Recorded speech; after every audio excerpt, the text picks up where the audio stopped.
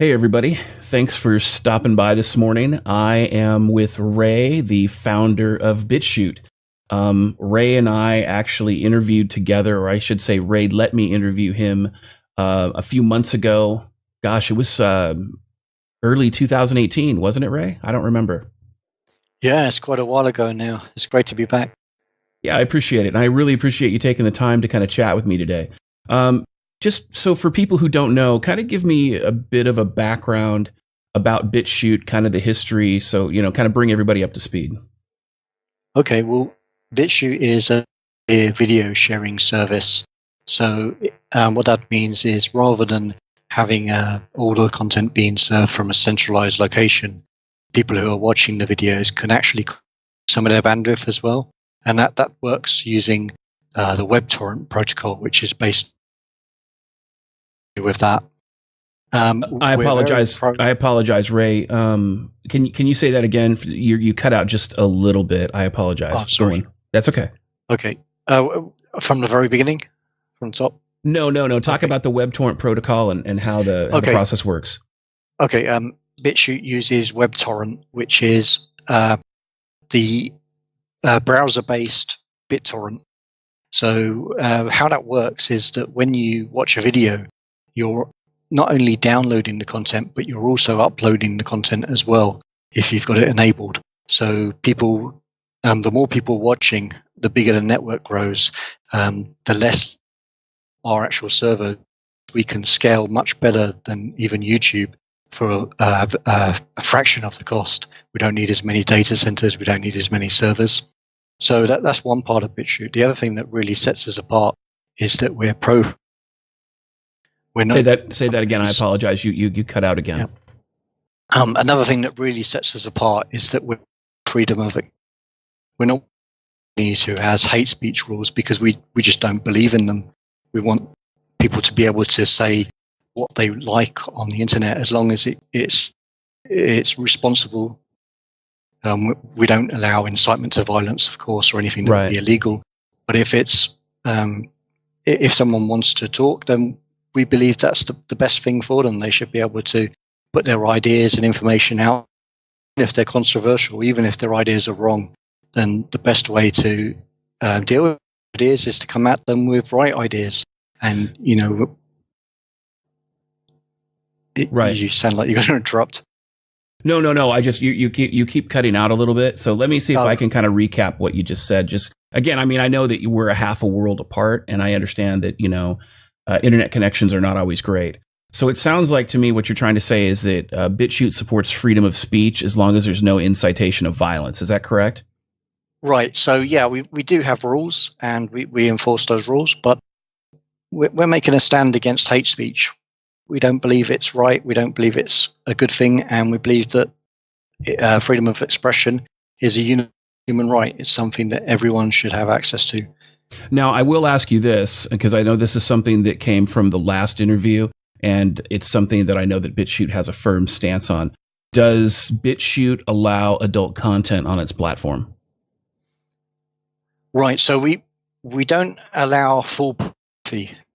So say that again. I'm sorry. Can you say that again? We don't full pornography. We do allow adult content as long as certain adult content, as long as people categorize it properly, as long as they say that it's adult content. But it was never our intention. We didn't set out to be a site that's just full of pornography, and we were worried at the beginning that could actually happen because there's so much out there that people can just upload it all the time. There's, homepage will be full of it. So we never saw pornography as a free speech issue, and we don't allow that. But okay. Now let me ask you this. I know that, like, for example, on YouTube, if somebody marks their content as adult content, it limits discoverability. How does that work on BitShoot? Okay, so for example, if someone went to with the adult content, you have to be logged in because I don't think there's another reasonable way to do it. But once you turn your filter on and set it that you want to be able to see that content, then it will come up in your stream just along with everything else. And then it's up to you if you want to click it. Okay. I think the reason I bring that up is because I think that that's a very mature way to handle it, because the reality is this: we live in an outrage culture where if somebody sees something, all of a sudden it's everybody else's fault, even though they chose to click it. It's like they refuse to take the consequences of their actions. You know, if you don't want to do drugs, then you don't do drugs. But just because somebody has drugs in your presence doesn't mean you actually have to do them. You actually take the proactive step of making those things happen. And I think that the fact that BitShoot has that, basically it's on the user. In other words, if you, the user, don't want to see adult content, you just check the box that says, I don't want to see adult content. Or if you do want to see it, you can opt in. I think that's a very mature and intelligent way to go. But I also think it puts the accountability where it belongs, which again, at the end of the day, is on the user. Obviously, you know, you guys have some checks and balances. You don't support incitations of violence. You do support freedom of speech. You did not want your platform overtaken with pornography, but you guys don't have any ethical problems with it. I completely understand that. So kind of talk a little bit about where the company is. Obviously, you know, when we talked, I don't know, it was like 6 months, a year ago, you know, you kind of gave me an overview of where the company was then. Talk to me about where the company was and where you are today in general. Right. We've experienced a lot of growth since then. So, you know, we're now a top 10,000 Alexa ranked website. So we're getting a lot more traffic. We're getting videos put up. If you just look at the homepage, you'll see several videos going up a minute now. Something like 3,000 videos. Nice. And a lot more viewers as well, and a lot more content creators. So the site is really growing hugely, and that's brilliant. Yeah, we've had a few problems, which we'll probably come on to on the monetization side, but yeah, aside from that, it's been really great. We've had a lot of support. There's a real appetite there. There's a real appetite from people to get off big tech and to try alternatives. And of course, you know, it's not just about the people who've been forced to, even though there's quite a lot of people who have, but there's people who just realized that it's time to move away, and we're really benefiting from that, and that's why we started it.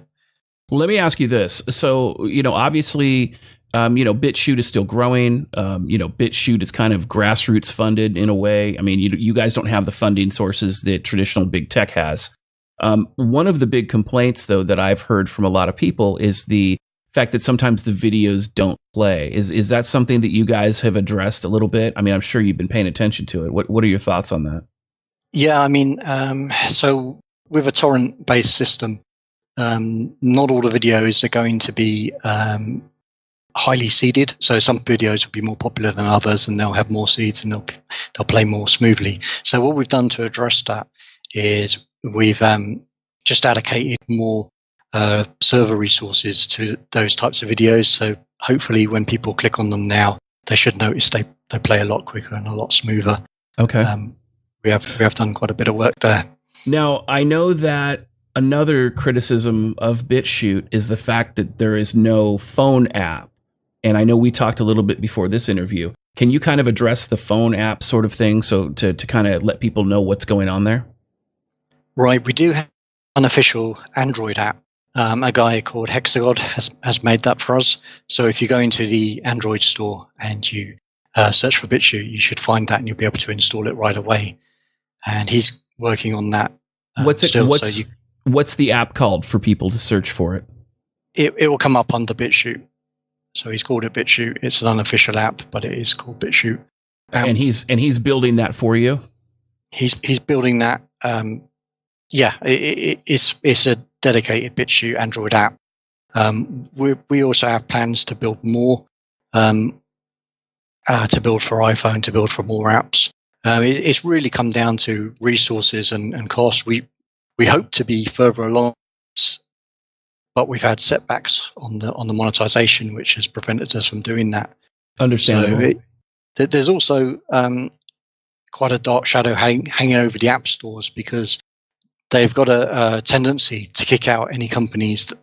There's only really two big players there. There's Apple and there's Android, and they've got a tendency to kick out companies they don't like. So it's quite possible that we build a really kick-ass app, and thousands of people start downloading it. As soon as it's popular, it will be deleted, and if that happens, then we can host it on the Android side outside the App Store. On the Apple side, you can't really do much about that at the moment. Of course. Now, when it comes to the app, I mean, have you used it? I mean, what do people think of it so far? Because obviously, this is torrent protocol, and if they're downloading or they're torrenting, through their phone, obviously cell connections, they differ in location, they differ by provider, they differ by phone plan. Talk to me a little bit about that. Sure. So, just actually before we go into that, I'll say, and this applies to the app, this applies to the website in general. If people are unable to, if they've got expensive bandwidth, they're unable to dedicate some, we do have a button in the settings where at any time they can go in, just flick it off, it's one click and hit save. And that will stop them from having to share their bandwidth up. So it is purely optional. We're not trying to force people to use their up bandwidth if they don't want to. Obviously, we do need people to do that because that's part of the model. But we recognize that some people just won't be able to, or won't be able to all the time, and they can turn it off when they need to. All right, let me kind of reiterate that for my viewers. So basically what you're saying is that even though BitChute runs on torrent protocol, you understand that some people's cell phone providers or some people's internet providers, they meter their bandwidth. And so obviously if you're downloading information and you can't offer it for upload because you want to conserve your bandwidth because you're going to get charged more, you can actually go into the settings, you can check a button or, uncheck a button, you can save it, and then you're not basically a torrent anymore, you're just a traditional downloader. Now, obviously that puts a little bit more load on BitChute, but for the individuals involved, it makes it so that it's more cost effective for them, especially if they have like a metered data plan either on their phone or on their tablet or on their desktop computer or laptop. Is that accurate? Right. Yeah. So it could be for that reason, or it could just be that they've got a really slow internet. In which case, we probably wouldn't be benefiting much from the upload on those guys anyway. So when it swings and roundabouts. But yeah, we decided not. Our policy across the board is to try and not force people to do stuff. We want them to do it because they believe they're doing it for the right reason, because they want to contribute in that way. So we normally take the approach that if some can be toggled off, we'll try and build in a button to make sure that it is. It's actually kind of funny because I've been on the internet for an extremely long time. I'm not young. I've been on the internet since the early 90s, like 93, 94. And what's interesting is I remember when I first got on the internet, a lot of things that people take for granted today, you used to have to opt in for. So in other words, like nobody would share your information unless you opted in. And now it's like big tech says, oh, well, if you don't want your information shared, well, you can opt out. But then they don't care. They share your information anyway. It's interesting that you have that former philosophy with BitChute in that you actually seem like you care about your users. You seem like you care about their experience, but more importantly, it's like you are trying to consider your platform from a end user perspective, as opposed to how do we make more money? How do we gather information? How do we addict you to our website? I think that philosophical guidelines, those philosophical guidelines that you guys embody, I think that really carries over with the way the platform exists, the fact that you actually care. I mean, obviously, BitChute is a work in progress, just like YouTube is, just like every other big platform is. But I think it's interesting because it's like your philosophies, in my opinion, are far more ethical and they are far more geared toward user experience and user empowerment than other big tech platforms out there. So I just kind of wanted to point that out because that was something that just kind of struck me just now, and I thought it was something that should be have attention brought to it. Well, thank you very much, and that's exactly what we've been trying to get across. And even if you look at our community guidelines, we've put principles up there. We've said, we're for freedom of expression, not for oppression or incitement. We're for opportunity to exceed, but not bias. We're for people power, but not mob rule. Individual responsibility, but not censorship. And decentralized distribution, but not legal distribution. And empowering creators, but not exploiting them. So, all those messages have been up there since the start. And it's really a good thing because it feels like you're part of the community rather than trying to fight the community, because you see all these sites where the people are blocking ads, and then the site is coming up with new ways to force them down their throat, and it's a sort of ongoing battle. Whereas actually on that note, we've even got a button where you can flip off ads. You can go into your settings and just turn off ads, which is something. Ads are something we're testing right now. Wow! Holy! Wait! So if people don't want to see ads on their videos, you can just flip a button off and be like, "Yeah, I'm not interested in ads." Yeah, we've got a button, and I think it says next to the button, bear in mind that we're earning less than this. The creators will be earning less than this. So if you want to do this, then consider helping in other ways. Right, and we'll talk about the ads in a second. But yeah, I agree. I think that's awesome. Yeah, there's no point in fighting people. I mean, it's very silly when really you can just think, well, that isn't working for everyone, so let's come up with a different system that will work for those people. And I think that's a better way of looking at it, and hopefully that will see us good, and we'll keep growing with that. Right. Now let's kind of switch gears a little bit, and let's talk about demonetization and some of the financial challenges that BitChute has been going through. Talk to me a little bit about the big three payment processors and kind of your experience with them. And I'm specifically talking about Stripe, PayPal, and Patreon. So talk to me about Stripe a little bit and tell me kind of what the backstory is about that, and kind of what your experience is and why they are not working with you. Okay, so yeah, we've been removed from all three. Stripe was the first, and that we were actually one of the first companies to be removed from Stripe, which was a complete surprise for us. I say first to be removed, but the first in this sort of round of censorship. And that was back in June of 2018. It was completely out of the blue. We were given 5 days notice. We were told by email. Initially, the email that we were sent didn't have much information, but we were able to get some more information out of them, and it was remarkable what we found out. Well, let me ask you this before we jump into that. Let me ask you just real quick. Obviously, Stripe terminated you. They gave you 5 days notice. Tell me what was the rules they said you violated, or I should say, what were the rules that they said you violated, and more importantly, what were their specific reasons for removing you from their platform?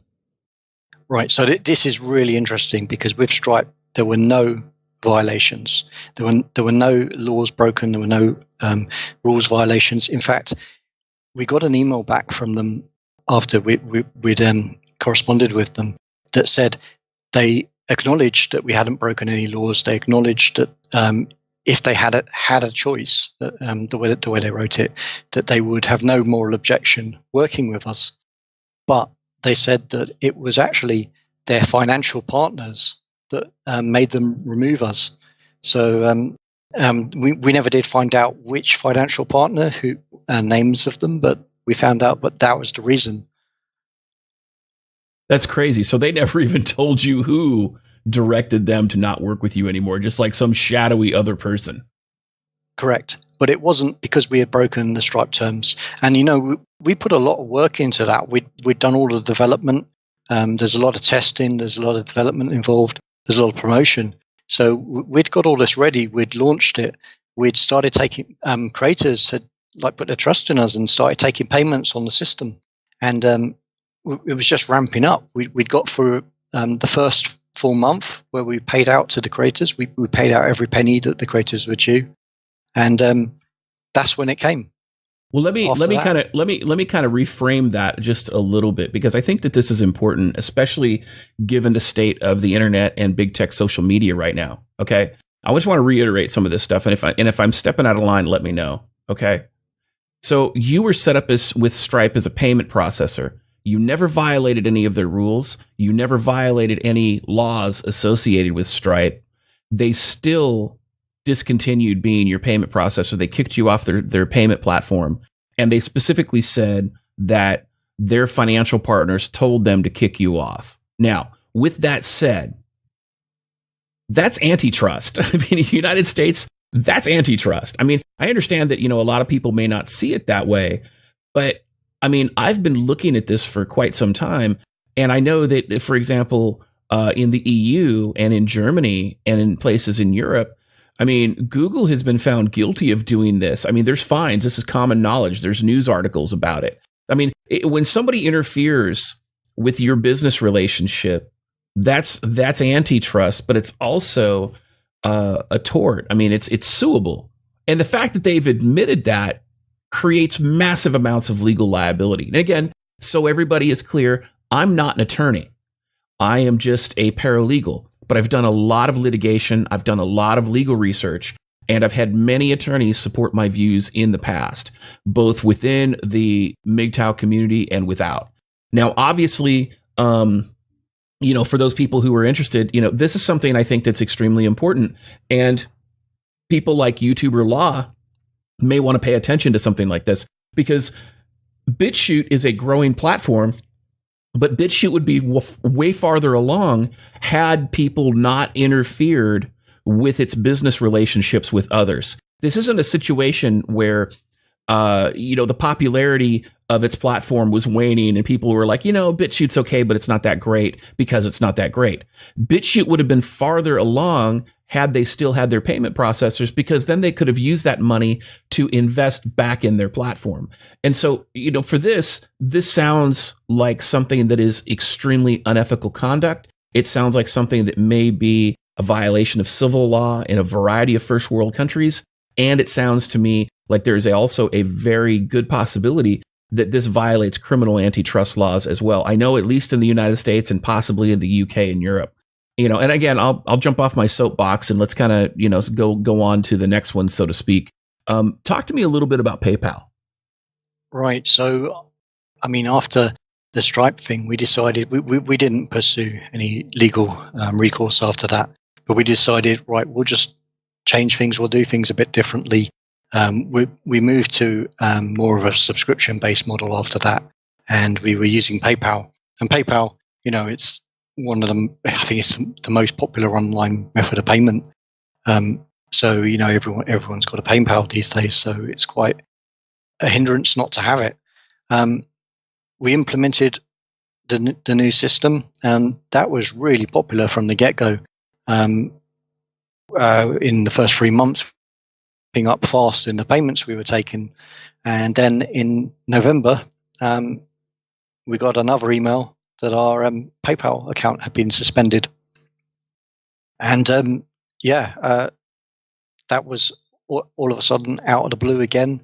And the reason that they gave was that we'd broken their rules, and they cited some hate speech rule. So, once again, knocked off another payments processor for really just supporting freedom of expression. And, right. We as a platform, we allow people to upload. We're a neutral platform. We're a public forum. So, we have people who make controversial videos. Of course you do.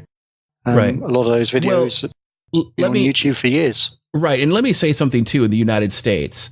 You guys are covered by Section 230 of the Communications Decency Act. I think that's what it's called.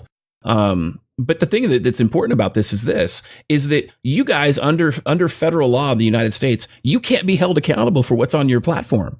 I mean, I just did a video the other day where Google basically had terrorists on YouTube. Okay. They were making ISIS recruiting videos. They had another video on YouTube where they were promoting child exploitation. Again, they went to court, and it was the United States Attorney General, and the Attorney General said, look, these are violations of federal terrorist laws.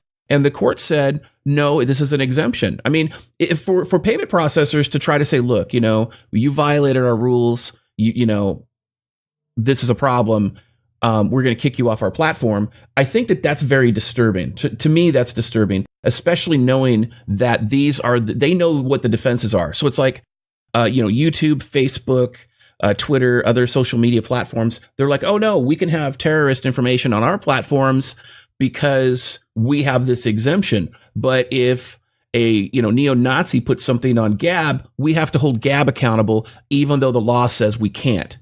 Or if we don't like something that BitChute puts on its platform, we have to hold BitChute accountable for the same rules that we know that we're immune to. The level of hypocrisy there is absolutely insane, because it's like, we are protected by the law, but the law that protects us, which also protects you, we're going to pretend that law doesn't exist so we can witch hunt you.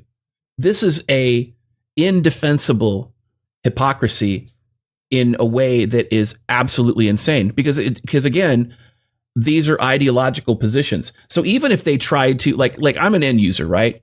So if they want to say, oh, well, we're going to ban you for hate speech, and let's say I'm in the United Kingdom and there are hate speech laws there, okay, now maybe I don't have a leg to stand on, but I'm in the United States. The United States Supreme Court has ruled that hate speech is not a reason to silence somebody. We have First Amendment constitutional rights of free speech. And then on top of that, there's an additional law that says that the platforms themselves, the social media platforms themselves, can't be held accountable for what the users put on them. Now, as a user, obviously, it's a little bit of a gray area. There's some lawsuits going on right now. I know PragerU is in the Court of Appeals in federal court against Google, and they've recently filed another state court action in the state of California where they brought up some stuff. And this was like in the last, God, I want to say 3 weeks or so, the new lawsuits come out against Google. And that lawsuit is in direct response to what the Court of Appeals has said, because they've said, look, sue them for these other things in state court. We're going to dismiss them in federal court, and you move on with your federal court issues. But unlike me, or unlike PragerU or some of these other content creators, you're an actual social media platform. You should be able to have the same protections they do. And they know better, because their attorneys have actually made these particular arguments to defend their positions in state courts and in federal courts ever since this Section 230 was passed into law. Now, with that said, I do want to draw attention to one thing. So I'm going to put on the screen right now. This is BitChute's immediate removal from PayPal. It is on, I think, is this your blog? The published That's by our BitChute? blog. Yeah. Yes, so this is info. Right. So this is the blog where Ray talks about why he was removed from PayPal. So for those people, I'll have links to these things in the description of this video. You can kind of check that out. Now, the thing that kind of disturbed me, Ray, and again, I'll try to get off my soapbox again. I'm a bit of a ranter, as you know. You told me prior, so you were removed from PayPal. What was their reasoning for removing you? It was a hate speech violation of their terms. Okay. And then my next question is, so you violated their hate speech rules. Did they give you a chance to appeal it or fix it or rectify it at all? Right. So PayPal, no, absolutely not. We weren't even able to get a further reply out of them. We tried to contact them by phone. We tried to contact them by emails, several emails, and they just wouldn't reply back. They wouldn't give us any more information. So they completely stonewalled us. And, they just, we've heard that they do this to quite a lot of people. That's all I can say. We would have loved to found out at least what they considered to be that content to even give us a chance to appeal, but they didn't. They wouldn't. So they never told you what the specific content was. They just said, "Oh, you violated hate speech. We don't like you anymore. Go away." Is that accurate? That's it. I'm sorry, you broke up a little bit. Yes, that's completely accurate. Okay. All right. So obviously there's not a lot more to talk about there. I think that's wrong, but it is what it is. Talk to me about your experience with Patreon and how long you were on that platform and what happened when that relationship ended. Right. So we'd been on Patreon quite a while, actually. We hadn't been pushing it as much as the PayPal, but we had accumulated quite a few patrons down there, and it was something that was helping us as we had been kicked off the other two platforms. This was another case of we just got an email one day and found out again. I think this was end of November, start of December. We were told that our account had been suspended. Again, not much information. We replied back, and then we got information about our terms of service weren't up to their levels. So, in the terms of service, you have all the things that you allow and you don't allow on the site. And the one that they specifically called out was that we weren't disavowing incitement to violence. We had no policies against violent organizations, which was completely untrue. Right. So let me kind of make sure that my people understand that. So in other words, when Patreon initially canceled your account, their reasoning was that you did not have any rules barring or any rules opposing the incitement of violence. And then what did you do, and what did you show them and provide them in response to that? Right. So we went through our terms, as anyone can do, and we pulled out all the areas where we actually say you can't incite violence on the platform. We don't allow terrorism. We don't allow illegal violent organizations. We don't allow any sort of incitement to violence that that you would expect, because it's not considered free speech. It's illegal. And there are many places. In fact, we've probably gone overboard on that because we want to make it very clear. But once we sent them an email, we were quite hopeful that they might actually change their mind, because from what they told us, it seemed like we had a good chance. But we got a reply back, and they didn't try to address any of our points at all. All they said was that no, we can't be on the platform. It's hate speech related, and that was it. So that was the end of our Patreon account. All right. So again, just to kind of recap for everybody watching this video. So BitChute was on Patreon. Patreon took them off of BitChute and said, BitChute incites violence. It can no longer be on Patreon. So then BitChute responded with, no, we have a bunch of policies here that actually show that we oppose inciting violence. We oppose all these things you're talking about, and we can prove it. So they provided the proof to Patreon. And then in response, Patreon changed their position and used the overly generic hate speech and took them off anyway. Again, knowing that social media platforms are immune from being held accountable for what's on their platform because of Section 230 of the Communication Decency Act. Just kind of a little bit of an FYI. Let's put this in the proper context using verifiable facts and observable reality. Now, with that said, one of the things that really disturbed me about this story and about this situation with BitChute, I had a conversation with Ray prior to recording this video, and Ray provided me with this following article from Forbes. I'm going to put it on the screen right now. Maybe.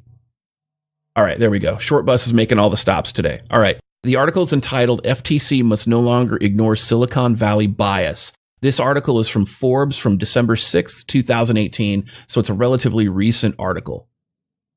Now, I'm going to scroll down a little bit to the important piece here. It says, concerns about dominant platforms blocking free speech are well-founded. In fact, many dominant platforms appear to block competitors who appeal to free speech-oriented consumers. For example, Google, which owns YouTube and controls over 90% of the US search market, but does not display BitChute, a platform which appeals to consumers dissatisfied with YouTube's content restrictions in its video search function. Google may have a legitimate justification for this policy, but it clearly implicates competition policy. All right. Now, this is a very politically correct way of saying that this is antitrust, that Google is targeting its competitors, and Google is targeting the competitors of YouTube, which in this case is BitChute. So Ray, now that we've taken a look at that article, can you give me some feedback on that article, and what are your thoughts? Yeah, so one thing that they didn't mention there is that we were previously in those video search results. So it's not a case that they've just not added us, a case that they had added us, or whatever system they have for adding us had added us in the past. We were on there for a long time. We did notice a drop-off in traffic, and they had removed us. So, we don't have any contract with Google. We don't have any contact there to question someone to find out why we were taken out, or they don't normally make that reason public, I don't think. But we were actively taken out of the video search results from having once been there. And, let me ask you this. When did you discover this? It was at the time of this article, a little bit before this article. Okay, so like late November, early December, prior to the publishing of this article? Okay. Yeah, and there was a drop-off of our search engine. at that time as well. Okay. Let me ask you this. Another thing we talked a little bit about prior to this particular interview. I'm going to put this up on screen as well for the viewers. All right. This is BitShoot's Twitter account, and I don't know what date this tweet was. Let's take a look and see if we can find it. It was from November 14th, 2018. It states, that's the PayPal one. Okay. Yeah. It states, in addition to getting higher traffic than usual, we've also been getting DDoS attack in the last 24 hours. Fortunately, the site has held up very well and normal service has continued throughout. Thank you for your continued support. Talk to me a little bit about that. Right. So first of all, it's not uncommon for social networks to get DDoS attacked. We get DDoS attacked fairly regularly, and they're not as large as this one, but it happens, and you have to be able to deal with that as a social network. The thing that we've noticed is quite large DDoS attacks always come in conjunction with these things. So it happened with PayPal, it happened with Patreon, it happened with Stripe before that. And it's interesting. I'm not saying that there's any connection back to the companies, of course. Right, but it correlates. It correlates. Yeah. Well, so let me reiterate that, because you did cut out just a little bit just to make things abundantly clear. So the larger DDoS attacks that you've received occurred right around the time that payment processors deplatformed you from their platforms. Is that an accurate representation of what you said? Yes, I think that PayPal one, in fact, may be the largest one to date still, and about 10 times the traffic from that. Let me put that actual viewer stats, that web traffic stat on the screen. Give me just a second. Okay, this is the actual web stat from the tweet that was put out by Ray from BitShoot. And as you can see on the first half there, it looks like his average traffic was somewhere around, at the time, was around 25,000 unique visitors per hour. If you look on the far left, it's got the 50,000. So it looks like it was ramping up. Then it got to 100,000, and then it got to over 200,000, and then it looks like they gave up. Now, did you guys actually step in when these DDoS attack happened and do anything, or were you just trying to load test your system? Yeah, so we decided, because we were watching this ramping up and we were monitoring the system, and it was really holding up very well. So we thought, let's let it run, because this is something quite expensive to do. If you send that much traffic at a site, it's quite expensive to do it. So we thought, wow, let's give the site a real load test, and they hit the peak. We didn't have to put in any preventative measures. We just let it carry on. They hit the peak and ramped down. Yeah. So in martial arts, yeah, and it's funny because in martial arts, I always tell people, look, if you're not capable of hurting me, I don't have to hit you back because you're not a threat. So that's funny. I mean, that also speaks highly of the platform that you built, because it says, look, these people attempted to DDoS you. You just sat back and watched and went, we have tools in place, but why implement them if there's not a problem? And you just used it to load test your system. So good job, hackers. Way to prove that BitShoot's platform was robust and secure. Let's switch gears again a little bit. I think that's kind of funny. So talk to me about actual monetization and kind of where you're going. Start with advertisements, and then we'll move on to crypto. Right, so we're testing advertisements at the moment. As I said, it's optional. People can turn them off if they like. We've got a few channel owners helping us. We're not against. We've never been against adverts. We think adverts is a part of life. Anyone can advertise themselves.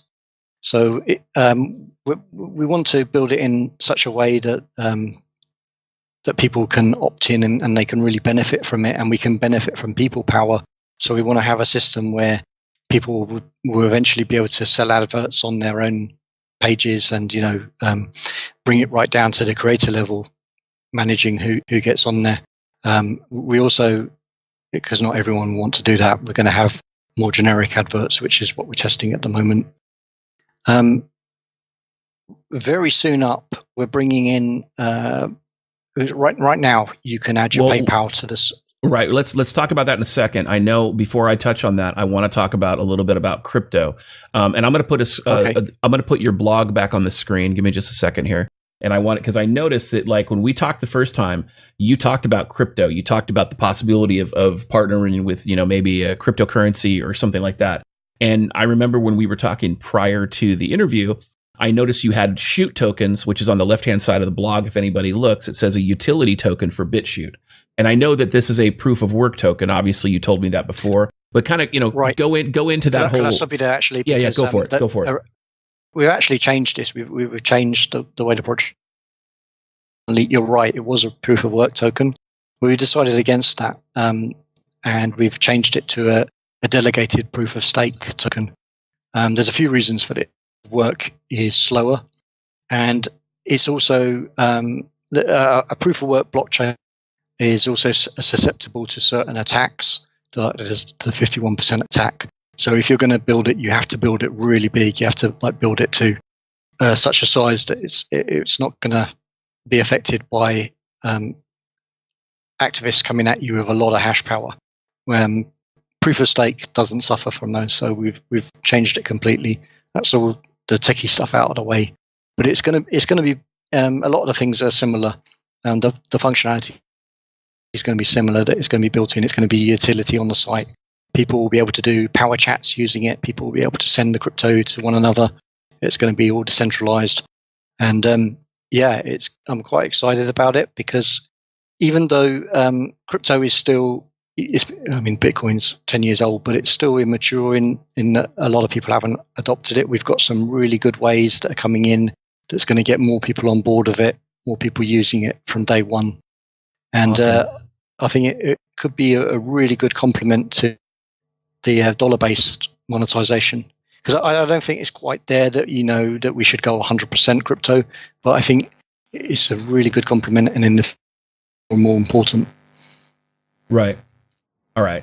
So let me ask you this. All right. So now we can kind of jump into the whole conversation about PayPal. Now, while you're talking, I'm going to put this on screen so you can explain it to the viewers. Okay. So this is a test bed. Is that correct? So this is our coming soon site where we test things before they go live on the actual site. But I've given you access to this so you can take a sneak peek at what's coming out in the next week. So this is undergoing testing at the moment, provided there's no problems found that needs to send it back to dev. Right. Then, before you jump into it, let me kind of explain what I've put on the screen. So because obviously you can't see it right now. This was actually the monetization button under a BitChute video that's got the different processors. So just so you know, so you can kind of explain it to everybody else. Go for it. Right. So where we're taking a different approach to other sites, we're going to go for having lots of different payment options. We're not going to stick to one or two. We're going to keep layering on lots of different payment types. So there's going to be, even ones that have been kicked off, we've been kicked off of, we appreciate that other people haven't, and we're not going to try and force them to leave because we have. So, PayPal's still going to be in there if people want to use their PayPal. We've also got crypto in there. So people are very easily going to be able to add lots of different crypto coins. So people who may not be used to crypto, who have never set up a wallet in their life, this is going to make it really easy for them, and they're going to be able to go to viewers watching the video. They're going to be able to click one button. They're going to be able to choose from different options. There's Bitbacker, the crypto payments. There's PayPal. There's Subscribestar, and they're going to be able to select which one they want and select donate as a tip or maybe a recurring payment if it's applicable, and click go. And so the idea is just to make it a multitude of different ways that you can support creators. And also what I want to say about this, we're not actually taking a cut from these. This is direct from the viewer to the creator. So no one can compete with us, even though YouTube, I think they take 3% from a super chat, don't they? Something like that. We're not taking a penny because we've got a different model where people support us through subscriptions. So we can build this out. Yeah, and let me reiterate that. Yeah, and let me reiterate that. This is very clear. Okay, so basically, what you're saying is that you got like Bitbacker and coin payments on the top. You made it easy for people who want to use Bitcoin to support content creators. If a content creator is on Patreon, you can choose Patreon to support the creator. If they have PayPal, if they have Subscribestar, you can choose to support them there. You're going to be adding new payment processing companies for people to do that. And this is a pass through. So in other words, this is like embedded things, and BitChute's not a part of it. BitChute does not take a cut. And the thing that's important about this, I think, for me, is it's important from an ethical standpoint, because again, I know we talked a little bit earlier about, how do you want your site to run from a user perspective, and how do you want to empower your users? And the fact of the matter is that you guys could have tried to take a cut on many of these payment processing options, but you chose not to. I mean, obviously, some of it's because you've been deplatformed. But even though you've been deplatformed, you understand that your users still use Patreon. Your content creators still use Patreon. They still use PayPal, but you're giving options as well. I think that, again, empowering the user, empowering the content creator is huge. And again, this is a huge thing that a lot of content creators were concerned about with BitChute. And you guys are not only addressing the problem, but it looks like you are well on your way to solving this. And, I don't know. I correct me if I'm wrong, but is this the first that this has been talked about publicly? This is the first. Yep, you're getting the exclusive here. Awesome. So yeah, I mean, this is amazing. I mean, and again, I think because again, you've just solved the biggest criticism, I think, or one of the biggest criticisms with BitChute and the biggest concerns for content creators. And once this goes live and starts functioning, I hope your servers and everything are ready for it, because I see a mass exodus happening. Yeah, I hope so. And I mean, and you guys are you're putting yourselves out there, and people choose to send you money, or they choose not to, and that's how the whole alternative media works. And that's how I see alt tech working as well. That if we mess up, then people can cancel payments to us, and that encourages us not to mess up. Means that we're there. We're working on a model that means that, I'm not saying that we're going to go evil, but it means that we can't go evil, because that's our entire payments model. So, I mean, all these companies have started out on really bad, all the big tech companies have started out on really bad monetization models that they can only do the one thing now. I mean, Google has to sell your data, because there's no way that they can ever replace that. They'll never change to anything else. Same with Facebook. But we've started out on a model that makes us accountable, and that means that we've got to please our users, and we've got to please the creators, and we've got to please the viewers. So hopefully it works really well. So if I understand correctly, then not only do you have checks and balances for your content creators and checks and balances for your users, but you've actually placed checks and balances for your guys, like the people who work inside BitChute. That's what I'm hearing. Yeah, so it means that in order for us to succeed, we have to always work with the community and really give them what they want. So we're going to be here working with you guys, working along the same monetization models that you use. Right. And that's I think it's really important to build up from the start a model that works along those lines. Otherwise, you end up with a company like Facebook that's selling all your data, and Google doing the same. Right. Well, and I also think too that it not only works for content creators and users from a practical perspective, but it also works from an ethical perspective as well. And I think that is where a lot of big tech companies have lost their way. And, you see this, like, for instance, YouTube used to be committed to free speech. And then somewhere down the line, they said, no, we need to become good censors. We need to be the parents, and we need to treat everybody else like children. And, so we need to censor everything they do. And we're all adults here, or many of us are. And so, being able to say, look, we have a social media platform like BitChute who treats us like the adults we are, who respects our rights to free speech, who respects our rights to freedom of expression, who respects our rights to freedom of choice, not just with the content we watch, but with how we choose to support those content creators, and how those content creators can choose to request support from their viewers. I think, again, these are awesome things. And I need to say one other thing too, is that you guys have been through hell. I mean, you've been DDoSed. You've been harassed. There's been brigading. Oh, and there's one other thing that I wanted to talk about as well that we talked about a little bit before that I almost forgot about. I'm going to put an article on the screen that was pretty damning that you showed to me. This is from Breitbart. And the title of the article is Left-Wing Deplatform Hate Threatens Payment Processor Stripe Over Terms of Service. Can I get you to comment on this article?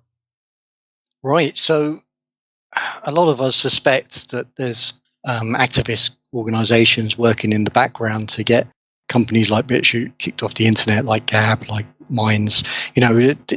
We thought this was going on for a long time, but what we have in this article is actually clear evidence that it's going on.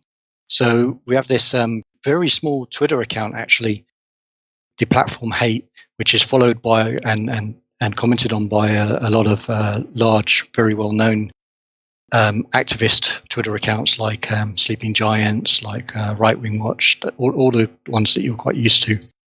And it appears in this article that they're actually blackmailing a senior person in Stripe in order to, in this instance, to remove Gab. Let me from their network. Right. Let me jump in here, and I've highlighted some quotes from the article. Deplatform Hate, a far left Twitter account, seemed to blackmail big tech payment processing service Stripe on Saturday, threatening the company unless it changed its terms of service to the account's liking and posting messages with Stripe's general counsel showing the two parties discussing the blacklisting of free speech social network Gab. Now, it's important to remember, this is an article that was published on Breitbart on the 29th of October in 2018. I'm going to go on. The account also released several friendly messages with Stripe General Counsel John Zeger, showing Zeger and Deplatform Hate were talking about blacklisting Gab, which was recently banned from the service, and revealing Zeger's interest in further talking to Deplatform Hate via phone call. So, yeah, I mean, it's pretty damning. Now, I skimmed this article while we were talking before. Here's a copy of some of these tweets from Deplatform Hate. I will put a link to this article in the description. Again, you've got some other tweets here. And then this article, it's pretty in-depth. It also says Deplatform Hate has been promoted by Antifa, Gizmodo Media's Splinter News, HuffPost, Think Progress, and left-wing advocacy and boycott group Sleeping Giants, who describe the account's work as amazing, which of course confirms everything Ray said about them being a left-wing hate group. So, So I apologize, Ray, for jumping in there. I just kind of wanted to touch base with the viewers and kind of highlight certain portions of the article. But go ahead and go on. Right. So this is going on all the time. There can be no doubt. And, we know from some of our vendors, I don't want to go into too many details, that they do get emails and a lot of time publish what has gone on. But there's a lot of brigading that's going on. There's a lot of organized brigading to try and get companies like ourselves, like Minds, like Gab, kicked off the internet. And it seems like right now a real focus is on the monetization side. So, you can understand why. But they really want to shut down. They really, really want to shut down, and they are focusing there. And it's borderline criminal. Well, and I would say this. This is antitrust behavior. Because it is a third party interfering with the business relationships between two other parties for ideological reasons. And I would also say it's probably a civil tort claim or a civil lawsuit claim, because again, they're interfering with business relationships and they're having these discussions behind the scenes. And I'll tell you, it's kind of hilarious, because I'll tell you, if these companies got sued, and again, I'm not an attorney, these are just my personal opinions, they're not legal opinions. But if these companies got sued, right, for antitrust or for tortious interference with a business relationship or any of the, related causes of action that you can sue a company for under these sets of fact circumstances, the discovery phase would be amazing, because you'd be issuing subpoenas to these people and going, who do you work with? Who do you talk to? I want all your communications. And then going through those communications and finding those emails and phone calls. And like in the case of Deplatform Hate, they publish this stuff, so they can't really deny it at this point. Stripe is clearly at some point, they're either working with them or they're friendly with them, or they're allowing these people to have influence. And even the people who, they're committed to ethical business practices, like Ray said, these people are being targeted by these activist groups, and these activist groups are trying to interfere wrongfully with the business relationships of these social media platforms. This is an epidemic of stuff going on behind the scenes that I think a lot more attention needs to be drawn to. Because here's the thing, right? These people are cockroaches. They're cockroaches. They're parasites. They want to control the narrative. And you need to walk into the room and you need to flip the light on and watch the cockroaches run. And hopefully, if you're quick enough, you can stomp on them and kill them. And I mean that in a metaphorical sense, before they can cause more damage. But you definitely need to deal with some sort of solution to provide effective pest control when it comes to cockroaches like deplatform hate and sleeping giants and all the rest of them. Because really, the reality is that this isn't activism anymore. These people are subjecting themselves to legal liability, both in civil court and criminal court. And frankly, a lot of these social media platforms, and I'm not speaking about BitShoot. BitShoot and I have talked about it. Ray's talked about it with me behind the scenes. He's got a path he's going on. He's got a very good plan. Obviously, you see that he's got a great plan for his platform. I'm not going to reveal what some of those behind the scenes plans are, but I will say this. When social media platforms that are committed to free speech, like BitShoot, like Minds, like Gab, and some of the rest, when they go out of their way and get together and file a lawsuit against these organizations, or they get together and they file antitrust claims against these organizations that are trying to do these things, I think you're going to see the whole house of cards just fall. Because again, it's like what Google used to say, don't be evil. And now we find out that, they are the Sith lords of the internet, and big tech is working with them. I mean, it's a cartel, and it's really sad because a lot of people who are committed to free speech, who share some of those values with Google and YouTube and Facebook and Twitter, they're being targeted. And I say that because, obviously ethical business practices are something that's important. And on a base level, I mean, I think a lot of us agree about certain things and about certain aspects of our business practices and our personal conduct. But when you have big tech platforms funding these activist organizations who are committing, issues that create legal liability for them, both criminally and civilly, those organizations not only need to be held accountable, but the organizations that fund them, the big tech platforms that fund them, they need to be held accountable as well. You need to follow the money. You figure out who funds these organizations and you shut them all down. And you file RICO actions against every one of them. And again, these are my personal opinions. This is not like, legal advice or anything like that. But I guarantee you that if you actually talk to an attorney about this, who his spine is not on layaway and his dick is not hidden in a purse somewhere, he will agree with me. So with that said, Ray, I just want to say I really appreciate the time you took today to have this conversation with me. I think it's an important conversation to have. And I think that people need to kind of know some of the stuff that's been going on behind the scenes, both the positive and the negative. And I'll tell you what, I'm really excited about the payment options that are coming to BitShoot. And I'm excited about the fact that you actually have an app now that people can put on their Android phones. I think those things are great. They're awesome news. BitShoot has very clearly come a long way. Is there anything that you would like to leave us with by way of closing statement? Yeah, thanks again for having me. I mean, a few other things that are on the go. We have got another payments pro that's. I'm sorry, you broke up again. Can you say that again? We've made a lot of progress getting payments processors back, so we'll have smaller replacements, better replacements than Stripe, PayPal, and we'll have that in the coming, probably in the coming month. We'll be back up and running, and we'll be taking subscriptions, and people will be able to support us. We're also back up and running just very recently on Subscribestar. A lot of people have moved over to that, and they're good guys over there. We've spoken to them, so if you would like to support us those ways, then they can do that right now, because we're rebuilding. Actually, we've gone from having quite a reasonable amount of income back down to nothing. We're rebuilding again, but we're going to keep rebuilding. We're not going to let them get to us. We're going to keep fighting, and we're going to keep improving the service. And I hope you all come along and join us for the ride, because it's going to be exciting, and let's not let these guys get us down. Exactly. Well, and I will say this too. I mean, the fact that your platform is still live and running speaks to the resilience against the onslaught of censorship that you guys have received. So thank you very much for taking the time out and having this conversation today. I think, like I said earlier, it's an extremely important conversation to have. And I think some of the information that you provided, I think, is extremely important for the general public to be aware of.